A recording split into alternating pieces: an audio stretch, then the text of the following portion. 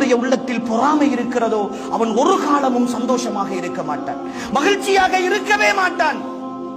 அவனுடைய உள்ளம் குறுகுறுத்துக் கொண்டே இருக்கும். அவன் யாரை பார்த்து பொறாமைப்படுகிறானோ அவன் நிம்மதியாக சுற்றி திரிவான்.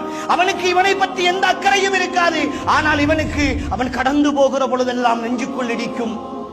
அவன் தாண்டி போகிற பொழுதெல்லாம் வயிறு எரிந்து கொண்டே இருக்கும். அவன் அனுபவிக்கிற ஒவ்வொரு ரூபாயை பார்க்கிற பொழுதும் இவன் நிம்மதி இழந்து தவித்துக் கொண்டே இருப்பான்.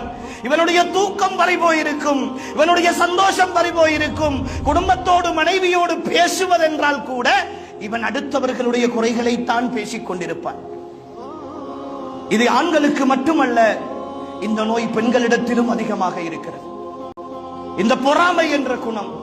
இன்னொருத்தி ஒரு நகையை போட்டு வந்தால் கூட அவள் ஏதோ ஒன்றை சம்பாதித்து அவளுடைய கணவன் வாங்கி கொடுத்திருப்பான், இல்லை அது தவறாகவே வாங்கி கொடுத்திருக்கட்டும், அதை பற்றி பேசுகிற உரிமையும் அருகதையும் எனக்கு கிடையாது.